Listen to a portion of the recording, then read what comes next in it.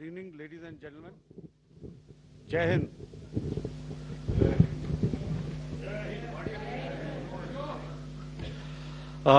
Welcome to this special press conference on Operation Sindoor. We will begin with opening statements by the three senior officers to my right here, who have been directly overseeing operations during Operation Sindoor. We have Lieutenant General Rajiv Ghai, Director General Military Operations, who will cover the aspects related to land domain. Air Marshal A.K. Bharti, to his right, Director General Air Operations, will provide insights on the air domain. And to my right is Vice Admiral A.N. Pramod, Director General Naval Operations, who will cover aspects on maritime domain. Following their briefings, we will move on to the question answer session. I now request the DGMO to commence the opening brief. Thank you, Sandeep. A very good evening to all of you, ladies and gentlemen. You are all by now familiar with the brutality and the dastardly manner in which 26 innocent lives were prematurely terminated at Pahalgam on the 22nd of April. When you combine those horrific scenes and the pain of the families that the nation witnessed with numerous other recent terrorist strikes on our armed forces and defenseless civilians, we knew that the time had arrived to make yet another compelling statement of our resolve as a nation. Operation Sindoor was conceptualized with a clear military aim to punish the perpetrators and planners of terror and to destroy their terror infrastructure. What I do not state here, of course, is the often stated determination of India and its intolerance to terror. It set into motion a very diligent and microscopic scarring of the terror landscape across the borders and the identification of terror camps and training sites. The locations that emerged were numerous, but as we deliberated more, we realized that some of these terror hubs were now bereft of any presence and had preemptively been vacated, fearing retribution from us. There was also a term of reference and our own binding, self-imposed restriction to target only terrorists and thus prevent collateral damage. There were 9 camps that you are now all familiar with, which were confirmed by our various intelligence agencies to be inhabited. Some of these were in POJK, while there were others that were located in the Punjab province in Pakistan. Nefarious places such as Muridke, the hub center of the Lashkar-e-Taiba, has over the years bred infamous characters such as Ajmal Kasab and the likes of David Headley. What followed was a careful scrutiny of each of these sinister locations, their layout, configuration, even the type of construction in each structure, and the terrain obtained around these. This was with an obvious intent to deduce and identify the exact vector that was required for their neutralization, as also the eyes in the sky that we would send up to ensure that we brought back evidence that we had indeed targeted what we set out to.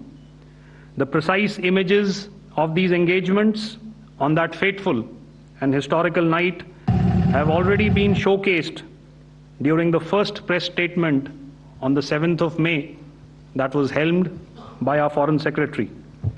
I have no doubt in my mind that we achieved total surprise, and those strikes across those 9 terror hubs left more than 100 terrorists killed, including high-value targets such as Yusuf Azhar, Abdul Malik Rauf, and Mudassir Ahmed that were involved in the hijack of IC-814 and the Pulwama blast.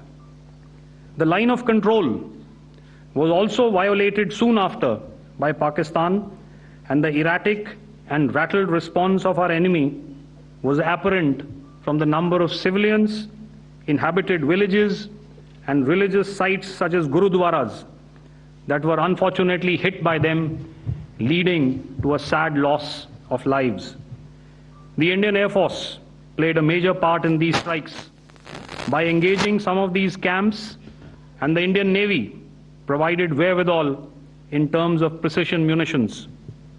The Indian Air Force obviously had their assets up in the sky, and I will here request Air Marshal Bharti, the Director General of Air Operations, to detail for you the methodology that the men in blue adopted to successfully manifest this mission. Thank you, Rajiv. A very good evening, ladies and gentlemen. It indeed is a difficult time that we have to come here like this and brief you. We could have done without this, but we had no choice. As the DGMO has detailed, the event was precipitated by the dastardly act at Pahalgam. The sequence of events have already been detailed. We carefully selected the targets, and out of the 9 selected targets, the target systems that were given to the Indian Air Force were the notorious training camps at Bhavalpur and Muridke, these being further from the international boundary. Through critical target system analysis, we analyzed what was to be done to annihilate these targets and plan to engage these targets with precision air-to-surface guided munitions so as to avoid collateral damage. The modalities of planning process I will not go through at this instant. However, what I would like to show you is the results that we achieved through our targeted airstrikes. Could I have the second slide, please?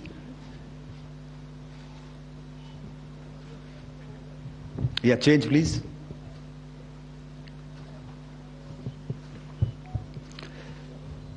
Okay. This is what the terror infra at Muridke looks like. If you see, north is as indicated, and to the right is east, where the international boundary lies. Could we have the next slide, please?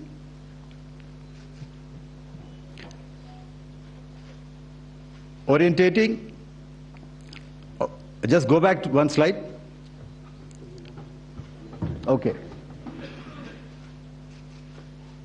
Please have a look at this red building, the series of buildings out here, and this empty ground. Next. If you relate, the empty ground is here, and you see this is the first weapon that is impacting. This is the impact point number 1 on Muridke training camp with our precision guided weapons on early morning 7th. Next, please. Keep your eyes glued for the second weapon coming in and the second impact on the selected target point. Next slide, please.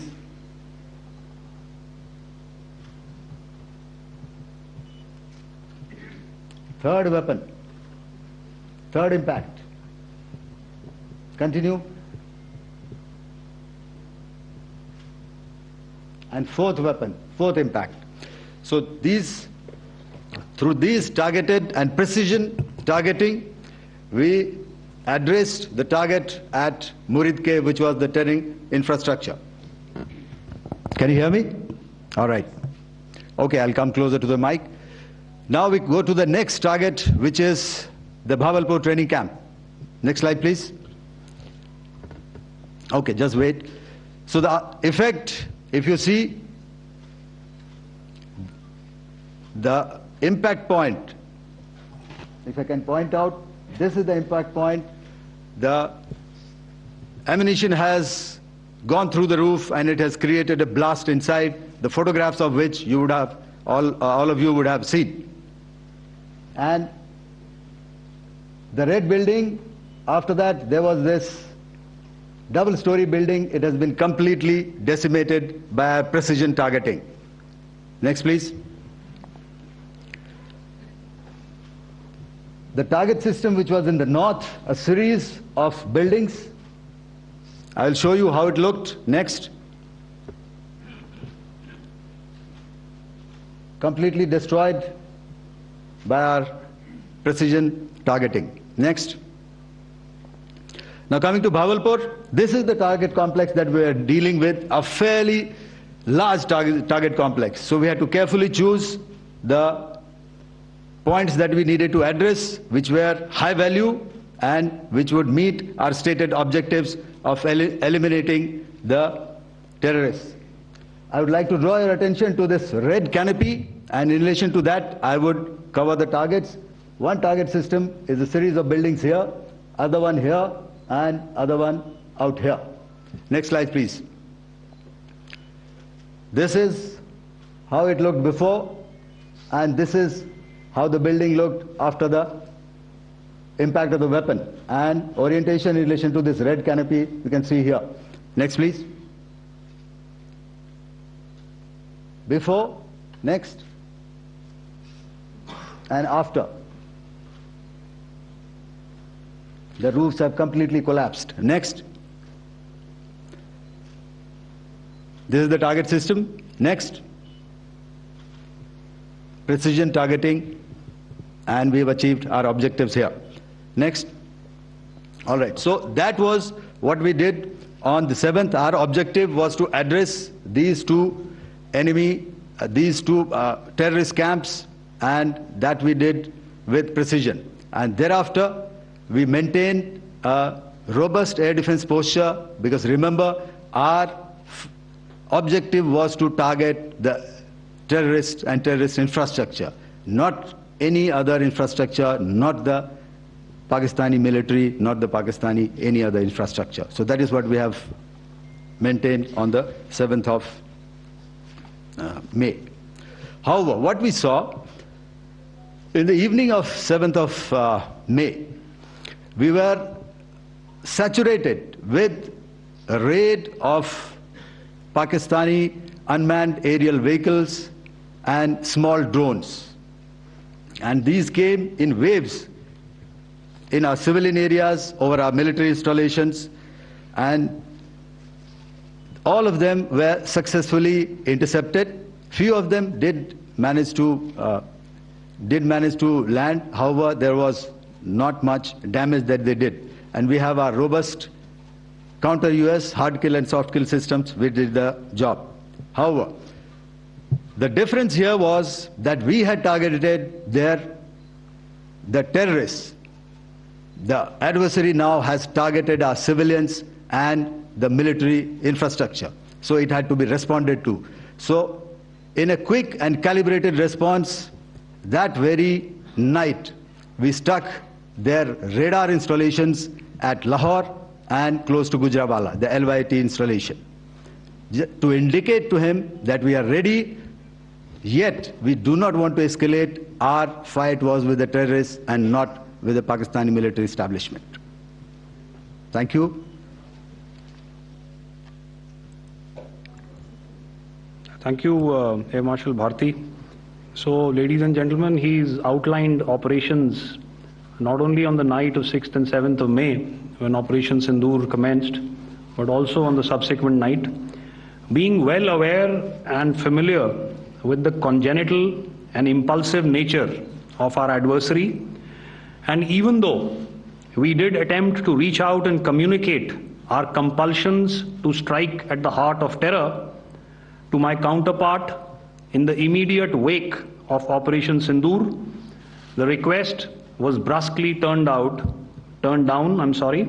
with an intimation that a severe response was inevitable and in the offing. We were, of course, prepared. Operations on the 7th and the 8th, Air Marshal Bharti spoken about. On the night of 8th and 9th of May, they flew drones and aircrafts into our airspace all across the borders and made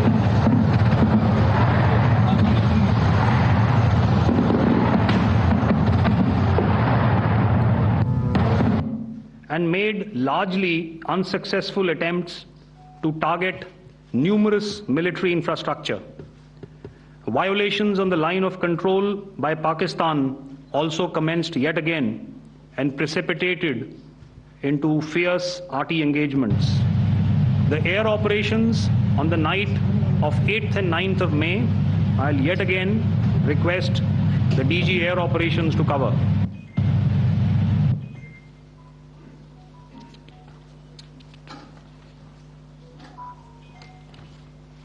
So I just covered what happened on the night of 7th and 8th. What we found that on the night of 8th and 9th, starting as early as 22:30 hours, our cities had a mass raid of drones, unmanned aerial vehicles, UCAVs, starting right from Srinagar, going down right up to Nalia. It was a mass raid in waves, and it was relentless. However, we were prepared, and our air defense preparedness ensured that there is no damage on ground or to any of the intended targets that the enemy might have planned for. The difference between 7th night and 8th night was that on 7th night, he sent in his Yeha class of UAVs, however, these UAVs can go some distance, they are armed. However, on the 8th, less numbers of armed UCAVs were there or UAVs were there, and more numbers of quadcopters, maybe for surveillance or just for harassment of civilians. This continued till midnight. Our air defense preparedness ensured that there was no damage on the ground, either to the military installations or to the civilians. However, the enemy had yet again shown that he wanted to up the ante and he wanted a fight, and we were up to the task. In a measured and calibrated response, we once again targeted his military installations, which included his SAM sites at Malirkant. This also included his surveillance radar sites at Lahore and close to Gujranwala. These were suitably addressed, and thereafter his drone attacks continued even till morning, which we countered, and during the daytime there was some respite. Here I would like to bring out another aspect. What we found was that while the drone attacks were being launched from somewhere close to Lahore, enemy had allowed his civilian aircraft to also continue to fly out of Lahore. Not only his own aircraft, but international passenger aircraft, which is quite insensitive, and we had to exercise extreme caution, even at the cost of some tactical disadvantage, to ensure that there is no damage to any of the civilian aircraft. And this was also brought out in our press briefing during the day. So I will now hand over to my colleague to cover the events of 9th onwards. On land, we also undertook certain measures such as deployment of air defense and electronic warfare assets to establish an integrated grid with the Indian Air Force, and I have seen and heard some of you wax eloquent about the benefits of such an architecture when it comes to negating and combating air intrusions. We also carried out deployment to include movement of our forces in the land, sea, and air domains. The night of the 9th and the 10th of May saw similar intrusions by drones and aircrafts, and this time there was a concerted effort to target airfields and some very, very important logistic installations, albeit yet again unsuccessful and denied gallantly and efficiently, I must say, by the integrated Indian Air Force and Indian Army Air Defense. We further strengthened our deployment and also initiated some pressure points to send a very clear and unambiguous message to the other side to desist from any misadventures on land. Some of the airfields and dumps saw repeated attacks in waves from the air. All were thwarted. The Pakistan Army has reported to have lost approximately 35 to 40 personnel in artillery and small arms firing on the line of control between the 7th and the 10th of May. What the other side had probably also not reckoned with was the speedy and precise turnaround and hit back by the Indian Air Force. And I will yet again ask Air Marshal Bharti to speak about these significant and game-changing strikes. I will thereafter request Vice Admiral Pramod, my colleague and Director General of Naval Operations, to tell us about some very telling naval maneuvers in the Arabian Sea that exerted pressure on the night of 9th and 10th of May. Over to you, sir. Thank you. Commencing about 2000 hours, that is 8 p.m. local time, on 8th of May, several Pakistani unmanned aerial systems, drones, combat vehicles attacked multiple IF bases. These included Jammu, Udhampur, Pathankot, Amritsar, Bhatinda, Nal, Dalhousie, Thois, Jaisalmer, Uttarlai, Falodi, Nalia. These were almost simultaneous and they came in waves. All our AD guns and other systems were waiting for them. All these waves were neutralized by our trained crew using the air defense systems that they have, and also some of them were utilized using our legacy systems like Pechoras and IF Summer, which we have recently acquired. And some were neutralized by the Garud snipers. There was no damage on ground from these incursions and these mass raids, if I could call them, from the Pakistani side. However, following these relentless attacks on our air bases, on our forward positions, and on our civilian targets, this was time to convey some message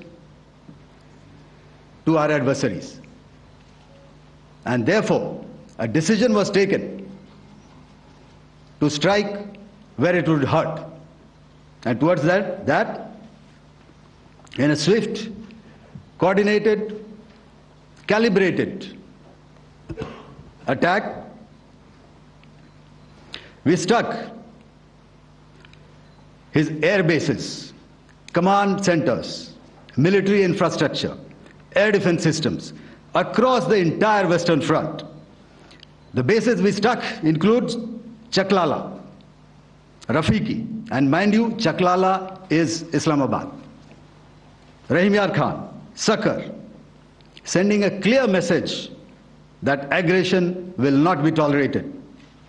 This was followed by strikes at Sargoda, Bholari, Jacobabad.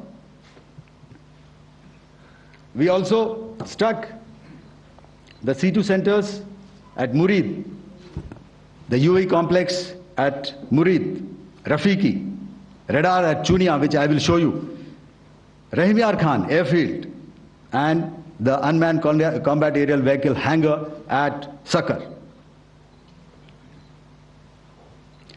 I would like to reiterate here that we have the capability to target every system at these bases and more. However, it was only a measured response to instill good wisdom to our adversary to refrain from further escalation. IF response was directed only at military installations, avoiding civilian and collateral damage. I would now like to show you some of the effects that have been achieved as a result of our air operation.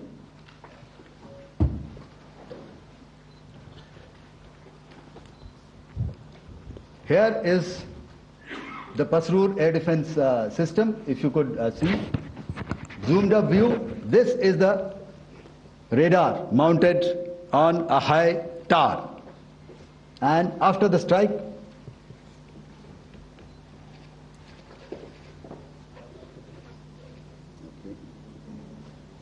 let me manage. Thank you. Can you hear me? Yeah, thank you. And after the strike, this is what has happened. This radar has been taken out, completely burnt. Next slide, please. The Chunia air defense radar, which was taken out on 7th and 8th. This is the radar site. A blown up photograph, once again, on a tower. Not very clear, but what you see very clearly is the after effect after we have struck. The radar head has been completely decapitated. Next slide, please. Arifwala air defense radar. In this complex, you see how it looked before, blown up image, and after really blown up. Next. Now coming to Sargodha airfield. Remember, this is one of their important airfields wherein they have a lot of assets, F-16s, other assets which they keep getting, training institutes. And we have stuck this airfield. It is not, if you zoom in here, then one impact point here on the runway and second impact point of our weapon, precision weapon on the runway. And if you see this blown up repairing going on, same here. Next. Rahimyar Khan. This is the area we have struck. A deep strike out here and one complex here. So this is how it looked before, and the same, you see a big crater, another crater here, and this complex after strike neutralized. Next. Chaklala airfield, Noor Khan, once again a major air base, a lot of their logistic assets out here. This was the chosen complex that we intended to strike and convey a message. Next slide, please. This is how it looked before, and this is how it looked after our strike. Next. Sakar. We chose the radar site at Sakar.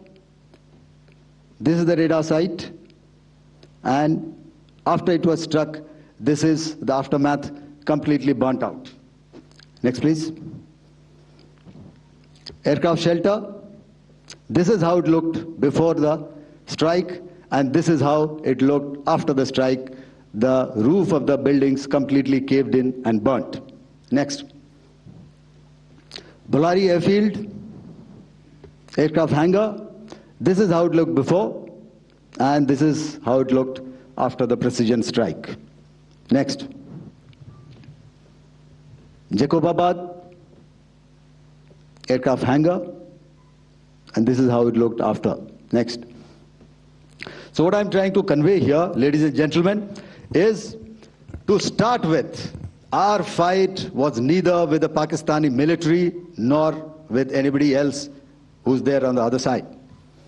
Our fight was with the terrorists. We neutralized the terrorists that we selected to be neutralized, and thereafter we only maintained the air defense posture. However, we were relentlessly pounded by waves after waves, night after night, by his UCAVs, by his drones, and by his other unmanned aerial systems.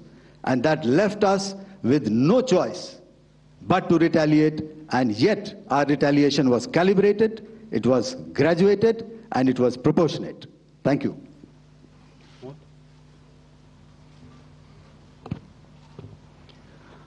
Good evening, ladies and gentlemen. In the aftermath of the cowardly attacks on innocent tourists at Pahalgam in Jammu and Kashmir by Pakistani-sponsored terrorists on 22nd April, the Indian Navy's Carrier Battle Group, surface forces, submarines and aviation assets were immediately deployed at sea with full combat readiness in concert with the Joint Operation Plan of the Indian Defence Forces. You may be aware that we tested and refined tactics and procedures at sea during multiple weapon firings in the Arabian Sea within 96 hours of the terrorist attack. The aim was to revalidate our crew, armament, equipment, and platform readiness to deliver various ordnance on selected targets precisely. Thereafter, our forces remained forward deployed in the Northern Arabian Sea in a dissuasive and deterrent posture with full readiness and capacity to strike select targets at sea and on land, including Karachi at time of our choosing. The forward deployment of the Indian Navy compelled Pakistani naval and air units to be in a defensive posture, mostly inside harbors or very close to the coast, which we monitored continuously. The Indian Navy maintained seamless maritime domain awareness throughout the duration and was entirely aware of the location and movement of Pakistani units. In effect, we had and continue to have good battle space transparency using our maritime domain awareness grid. As you are aware, our response has been measured, proportionate, non-escalatory, and responsible from day one. Accordingly, the calibrated approach considered all options, including the ability of the Indian Navy for offensive action from and at sea. As part of this escalation control mechanism, the application of force by the Navy was planned in a synchronized manner in coordination with the Army and Air Force, the highlight being teams from the three services working closely in an integrated manner. Along with the kinetic actions by the Indian Army and Indian Air Force, the overwhelming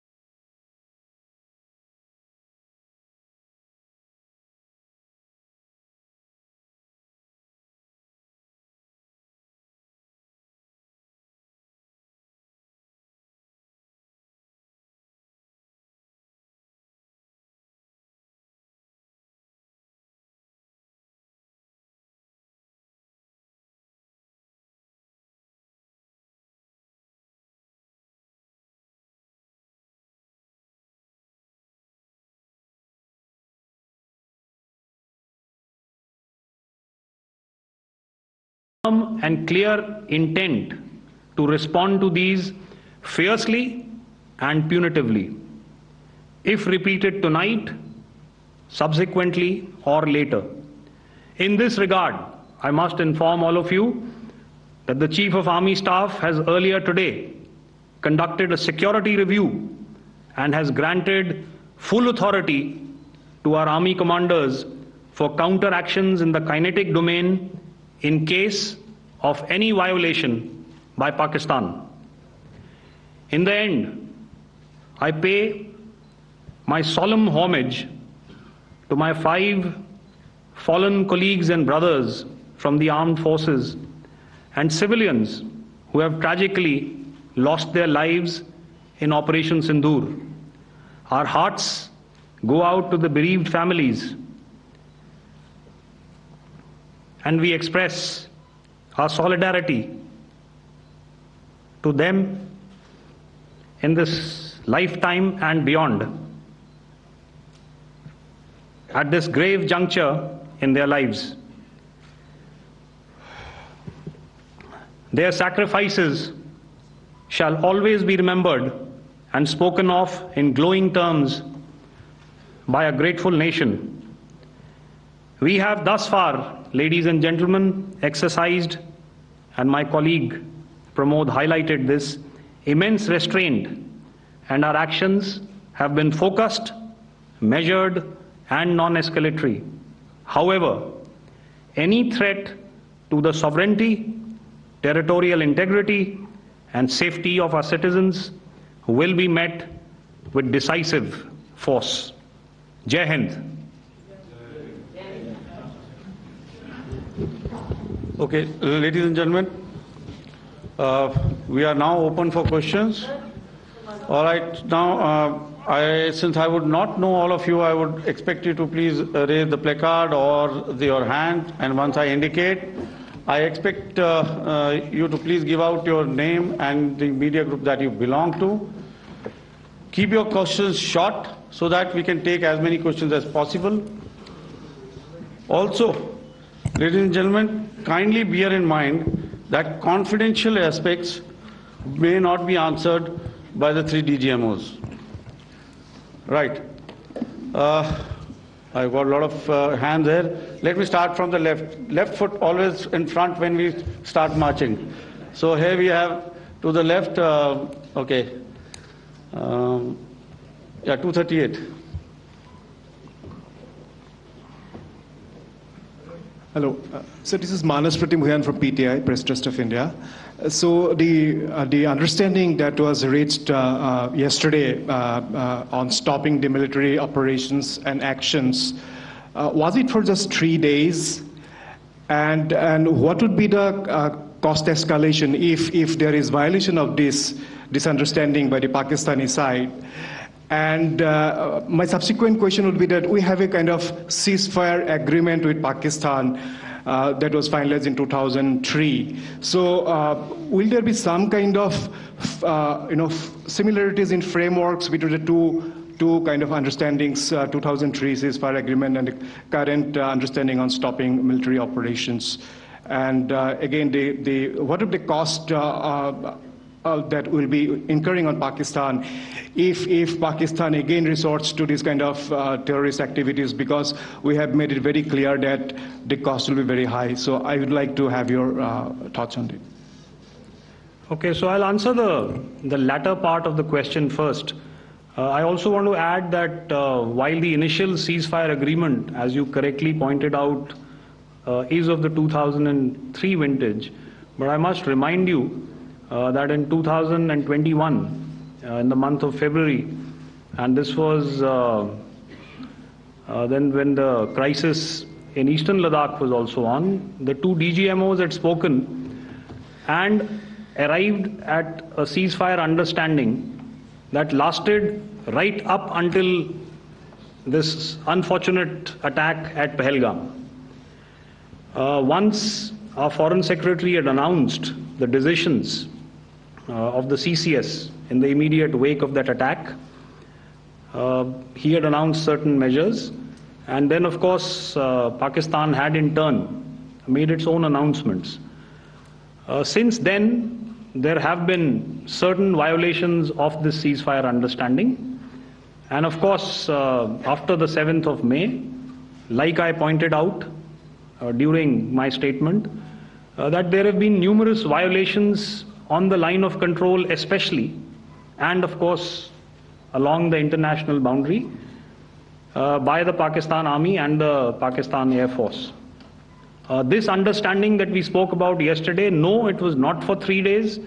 It was first to stop aggressive and hostile activities immediately, let that order and direction settle down for about 36 hours, and thereafter discuss modalities, like I said, to ensure its longevity. That is tomorrow on the 12th of May. But unfortunately, we had a violation starting at approximately 1900 hours last night.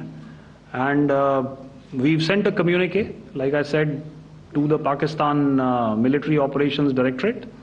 And we will await as to what happens tonight.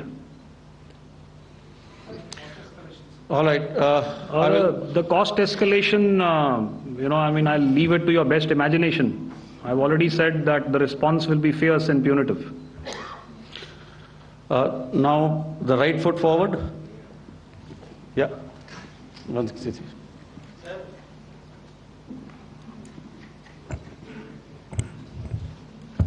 Sir, I am Ajit Dubey from ANI, sir. Sir, my question is that you talked about the loss of lives to the Pakistan Army, that was around 35 to 40 kills secured by the Indian Army.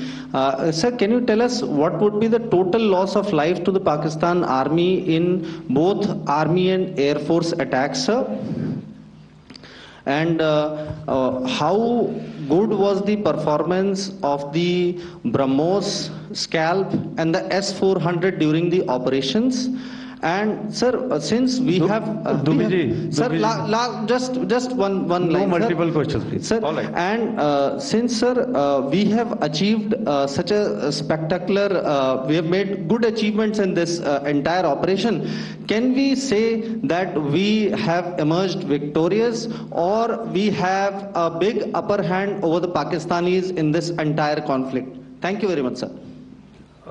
So I'll answer the question about the loss of lives on the other side. Of course, there are various means to ascertain that number. There is information from various agencies that come in. There are, of course, on the line of control, other ways to find out as to what has been the effect of what you are doing there in ceasefire violations. So therefore, I mentioned 35 to 40 on the line of control, and please remember that once Operation Sindoor was launched, the responses of the Pakistan Army were also on Indian Army or the Indian Armed Forces infrastructure. Let me put it that way. So that's why I did not cover casualties of the Pakistan Army, at least in the initial phases of battle, because those were not our targets. Our targets were terror-oriented, and of course later, once they launched air intrusions and air operations on our infrastructure, we've used heavier weapons, and of course there would have been casualties, but those are still being assessed. The effects of the weapons that you mentioned, I will request Air Marshal Bharti to apprise all of you about those. Good evening, Mr. Sujit. How are you? Ajit. Okay, we're meeting after some time. I never mentioned about any of the weapons that we used. Check. Okay. What I was saying, that I never mentioned of any of the weapons, the caliber that we used. All right. So we'll leave it at that. Those are matters of operational details which I would not like to go into. But suffice to say that whatever methods and whatever means we have chosen, it had the desired effects on the enemy targets. How many casualties? How many injuries? Well, to start with, our aim was not to inflict casualties, but in case there have been, It is for them to count. Our job is to hit the target, not to count the body bags. And the last part of your question, I wonder if you read out the tweet on ADG-PI at midnight once we'd done what we had to in Operation Sindoor. And that's credit to my friend here on the left. Justice has been served, Ajit. That is all that I will say. Ajit, I'll request you to, refrain putting words into his mouth. All right. Yeah, I'll come back to the left. 147. Sorry, 47. No, 47. Did I see it here or? Yeah. Good evening, gentlemen. Sorry, 147. I saw it there. Sorry. Yeah. Since I've already said 147. Start, please. Hi, sir. Good evening. This is Shivam Patel from Reuters News Agency. Thank you for giving me the opportunity. My question, sir, is how many military targets did Indian Armed Forces strike in Pakistan in response to the attacks from Pakistan? How were these targets selected? And how many troop casualties have been there in total on both sides, if you can give details? Thank you. I'm sorry, where are you? I haven't spotted his... He's to the right side. Can you just repeat that for me, please? Sure, sir. So my name is Shivam Patel. I'm from Reuters News Agency. My question is, how many military targets in total did the Indian Armed Forces strike in Pakistan in response to the attack from Pakistan? How were these targets selected? And how many troop casualties have been there on both sides, if you can? So you're speaking of the targets that I mentioned in the wake of the attack at Pahalgam, right? Military targets, after in response. Yeah, I think it's amply clear to everybody here that the Pakistan army has not crossed the international boundary, neither in the plain sector nor on the line of control. So the intrusions have been in the air. There have been certain attempts on the line of control when ceasefire violations have been on to try and infiltrate and carry out and perpetrate activities that we are all very well familiar with. Whether these are by terrorists or by the Pakistan army or its special forces and commandos is difficult to say, but each of these have been effectively thwarted. So therefore, as far as engagements of military targets on the other side is concerned, I thought Air Marshal Bharti covered those very well and in detail, and he also mentioned as to how they went about targeting those. I think those images were very clear and very, very graphic in telling us as to what we needed to hit. And you'll remember right at the outset I said that we even went into what was the construction in each of these locations and therefore decided on the vector that had to be utilized. May I? Please. Okay, if I could add to what the DGMO has said, I have already detailed the targets. Now, whether it is X numbers or Y numbers that is immaterial. And what damage have we inflicted? You have seen. What are the casualties on the other side? As I said, that is for them to count. As far as we are concerned, from the air defense side, if they had a choice, they would have definitely come in. They are fighters, there are more numbers of UCAVs. It is not that they did not intend to come in. It is only that our robust AD posture prevented them from coming in. So that must be known, and that must be realized by all the audience here. Yeah, I'll come to the left now, 24.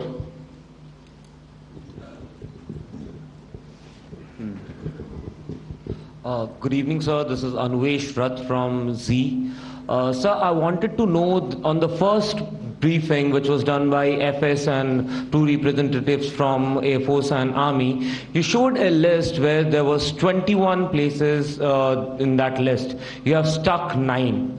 Are more operations going to be held? Is Operation Sindoor still on? And the second question, thank you, sir. Thank you so much. And also, I want to congratulate all three of you for a fantastic operation that you guys have done. Thank you so much. Thank you so much for that one question. Yeah. Sir, the question. Unfortunately, Rath, is that your name? I'm sorry. As far as operational details are concerned, I am not in a position to share those right now. But I think I'll take a cue from Pramod. He said towards the end that the Indian Navy is still in a posture that is deterrent. And I have already made it very clear towards the end of what I said that it's only a couple of hours ago that the Chief of Army Staff has carried out a security review, and he's authorized our Army commanders to deal with violations of any kind from across the borders in a manner that they deem fit. So again, to reiterate, the response will be fierce and it will be punitive.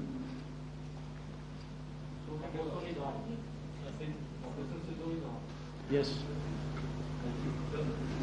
163. I'll go back this side now. Yeah, 255. She said middle wale kya karenge, so 255. Oh, sorry.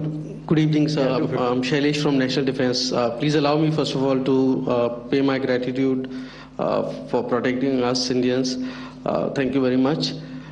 Sir, since the enemy has been talking about taking down our aerial platforms, it would be deemed fit in case we can reveal that we have taken down their fighter jets.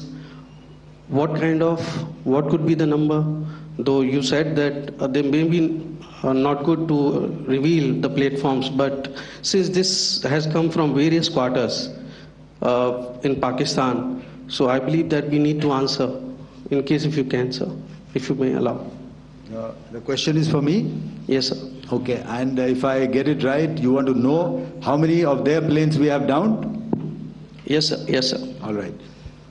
See, as I said, their planes were prevented from coming inside our border. All right. So we do not have the wreckage with us, but definitely we have downed a few planes. Numbers, we would not like to hazard a guess out here. Okay.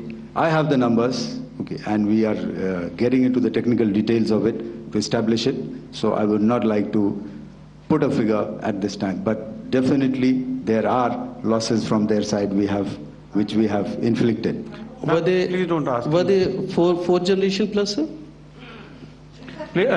See, you're putting words into my mouth. Why do you say fourth generation? Let us make it high tech. Okay. Thank you so much, sir. All right. Yeah, 163.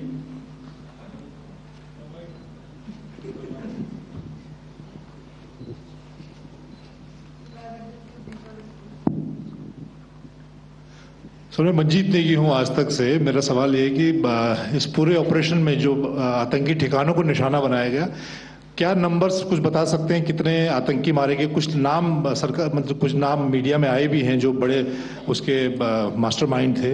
और एक सवाल जो आज air force ने भी tweet किया कि operation सिंदूर अभी जारी है और सरकार की तरफ से भी कहा गया, और पिछली बार जब विदेश मंत्रालय की प्रेस कॉन्फ्रेंस पहली हुई थी उसमें वो लिस्ट दिखाई गई थी कि 21 टेरर कैंप आइडेंटिफाई किए गए हैं। तो क्या जो बाकी बचे हुए टेरर कैंप उन पर भी कार्रवाई होगी? और एक नंबर अगर आप बता पाएं कितने टेररिस्ट मारे गए? Sir before you answer sir, before you.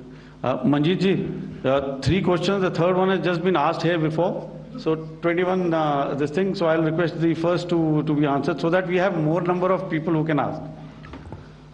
Manjeet, जब मैंने स्टेटमेंट दिया तो मैंने शुरू में ही कहा कि जैसे ही ऑपरेशन सिंदूर कॉन्सेप्चुअलाइज हुआ तो हमारा जो पीछे की कार्रवाई होती है स्पेड वर्क और टारगेट्स को आइडेंटिफाई और एनालाइज करने की कार्रवाई शुरू हो गई थी। मैंने जब स्टेटमेंट दिया तो मैंने बताया कि बहुत सारे थे, हमने 21 दिखाए होंगे और भी हैं, लेकिन वो लिस्ट फिल्टर करते करते 21 तक पहुंची। अब क्या आगे एंगेज किए जाएंगे? अगर जरूरत पड़ेगी तो जरूर एंगेज किए जाएंगे। लेकिन मैंने बताया कि इस समय जो इंट एजेंसीज ने हमें बताया कि फलाने कैंप में प्रेजेंस है, हमने उनको एंगेज किया। कुछ नाम मैंने लिए, कुछ नाम अभी पुख्ता किए जा रहे हैं। मैंने आपको बताया कि जो इंट एजेंसीज ने अभी तक असेसमेंट किया है उसमें उन्होंने कहा है कि तकरीबन 100 से ज़्यादा मारे गए हैं। और एक आज आपने तस्वीर भी देखी कि काफ़ी प्रोमिनेंट जो फ्यूनरल था, काफ़ी प्रोमिनेंट एक जो हस्ती हैं वो ऑर्गेनाइज कर रहे थे, और उस फ्यूनरल में और कौन कौन लोग अटेंड कर रहे थे वो तो आपने देखा ही। तो आप लोग सब समझदार हैं, और मुझे ये कहने की ज़रूरत नहीं है कि इन लोगों को कहाँ से सपोर्ट मिल रहा है। अगर नहीं मिल रहा होता तो ऑपरेशन सिंदूर नहीं होता, तो उसी की वजह से है ये ऑपरेशन। तो मेरे ख्याल से मैंने आपके सारे सवालों का जवाब दे दिया। Ma'am, sir, next is from 17। Sir, मेरा नाम अंजू निर्वाण है, TV9 भारतवर्ष से। सर, मेरा सवाल ये है कि ऑपरेशन सिंदूर में हमारी जो इंडियन नेवी है उसके बारे में सर थोड़ा सा बताएं कि किस तरह की उसकी भूमिका रही, क्योंकि हमने इस दौरान सर देखा कि बहुत सारी स्पेकुलेशन भी रही और ये बोला गया कि कराची तक हमारी नेवी ने ऑपरेशन किया है। तो सर इस पे थोड़ी सी क्लैरिटी चाहिए। और सर हमने कौन कौन से फाइटर एयरक्राफ्ट डाउन किए हैं, अगर उसका भी थोड़ा सा क्लैरिटी मिल जाए तो अच्छा रहेगा। तो मैं आपका पहले सवाल का जवाब दूंगा। I will make few sentences and leave it for your imagination. First of all, as I mentioned, we have quantitative and qualitative edge to deliver a massive blow to our adversary, and we completely dominate in the maritime front. Indian Navy's action is part of the escalation ladder mechanism which we have worked out amongst 3 services. This time, if Pakistan dare take any action, and Pakistan knows it, what we are going to do. That's all. Okay. आपके सवाल का जवाब मैं पहले दे चुका हूं। आपके सवाल का जवाब मैं पहले दे चुका हूं, इसलिए मैं बस उस तक ही सीमित रखूंगा और इतना कहना चाहूंगा कि आने वाले दिनों में आपको खुद ही पता चल जाएगा, और ऐसी बातें छुपी नहीं रहती हैं, तो पता चल जाएगा। So at this time we'll just let it be. Okay, ladies and gentlemen, we have 1 or 2 more questions, sir. So please, they are going to be outside. You can speak to them there also. 104.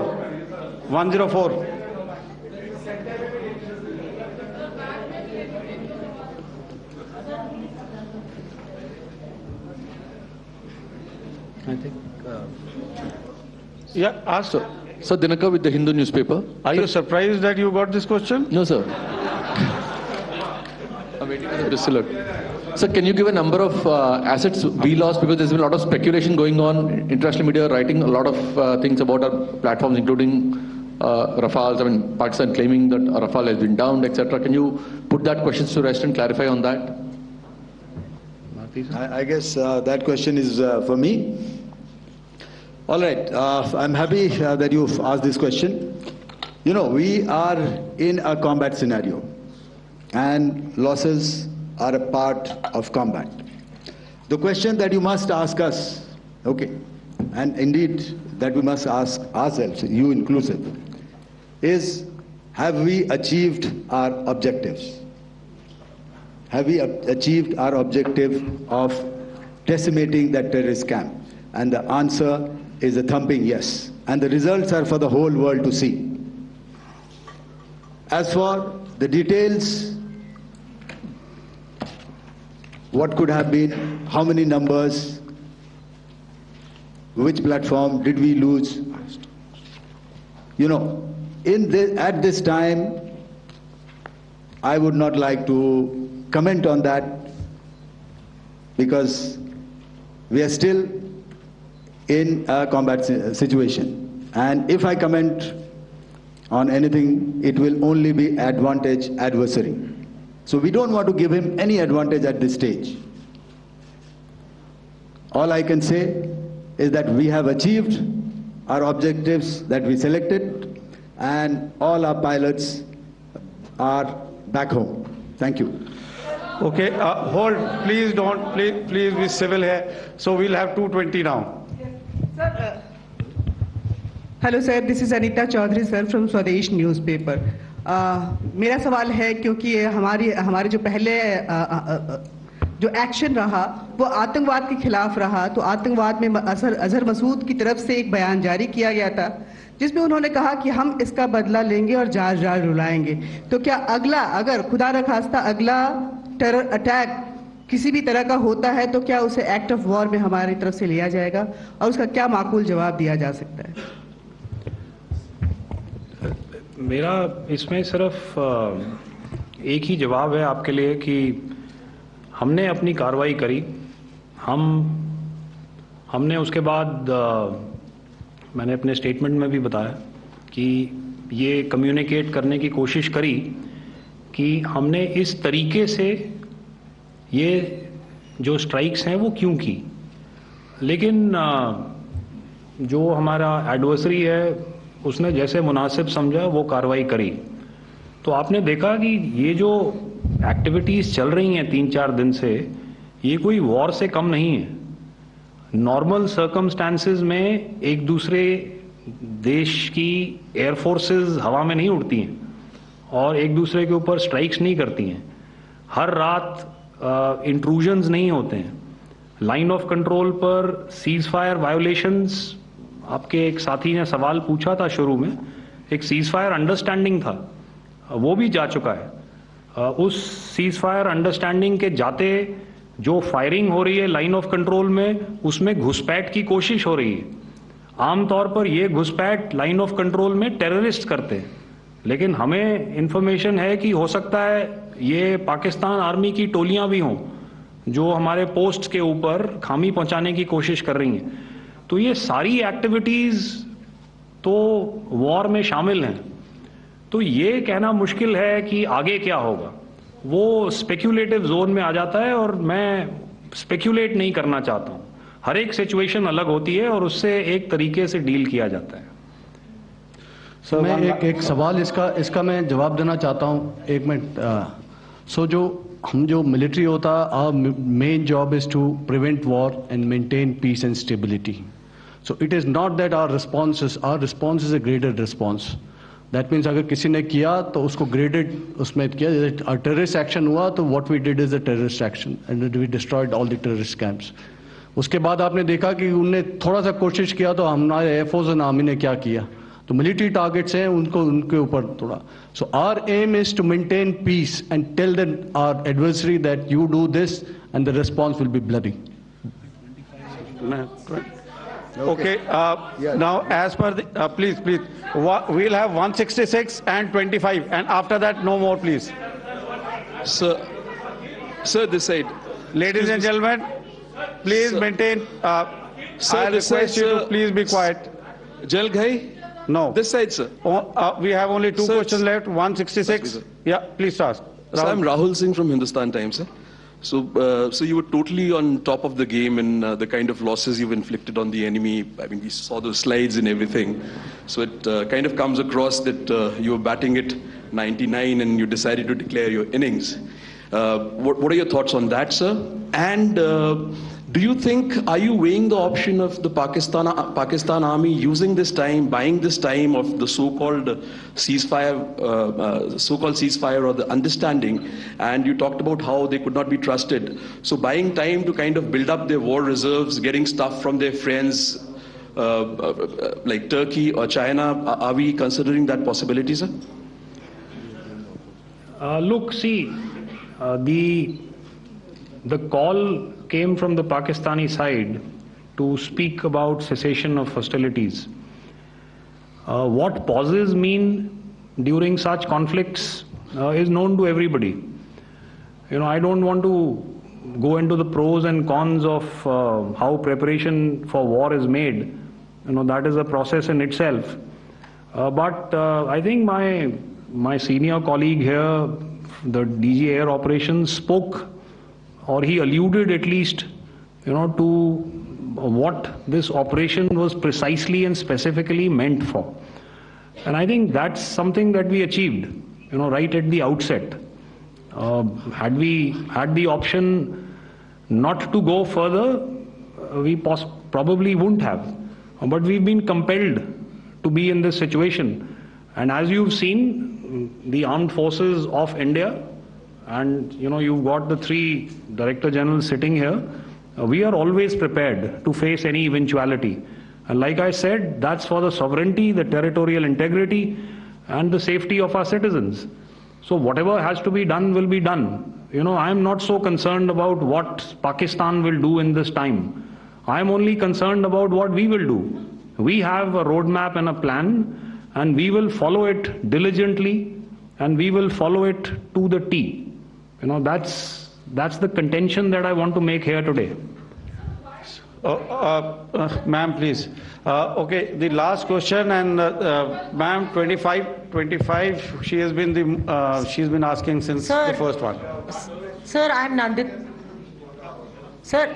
She's not asking a question. Sir, I'm Nandita Dagar, DAGAR from DD News and DD India. Sir, I wanted to ask you that my question is to General Ghai. Sir, you spoke to your counterpart yesterday and the Pakistani counterpart. Sir, what is the Indian Army's assessment that despite that agreement, that talk that you had, despite that agreement coming into effect at 1700 hours yesterday, why did they violate it? And number 2, yesterday at the Joint Defense Ministry and Foreign Ministry briefing, Wing Commander Vyomika Singh and Colonel Sophia Qureshi had told us that we have cited the Pakistani troops amassing at the borders and at the LOC. Sir, has that situation changed? Have they withdrawn?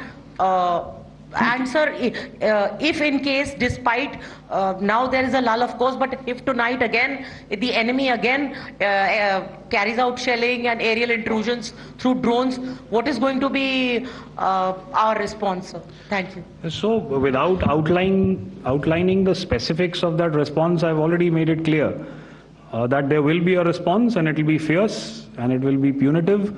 Why the Pakistan Army chose the option of violating the understanding that was arrived at earlier yesterday, I think that's a question that we best answered by the Pakistan DGMO. I wouldn't be able to, give you that. But, in situations such as these, and if you go back into any conflict, sometimes these understandings take time, to fructify and manifest on ground.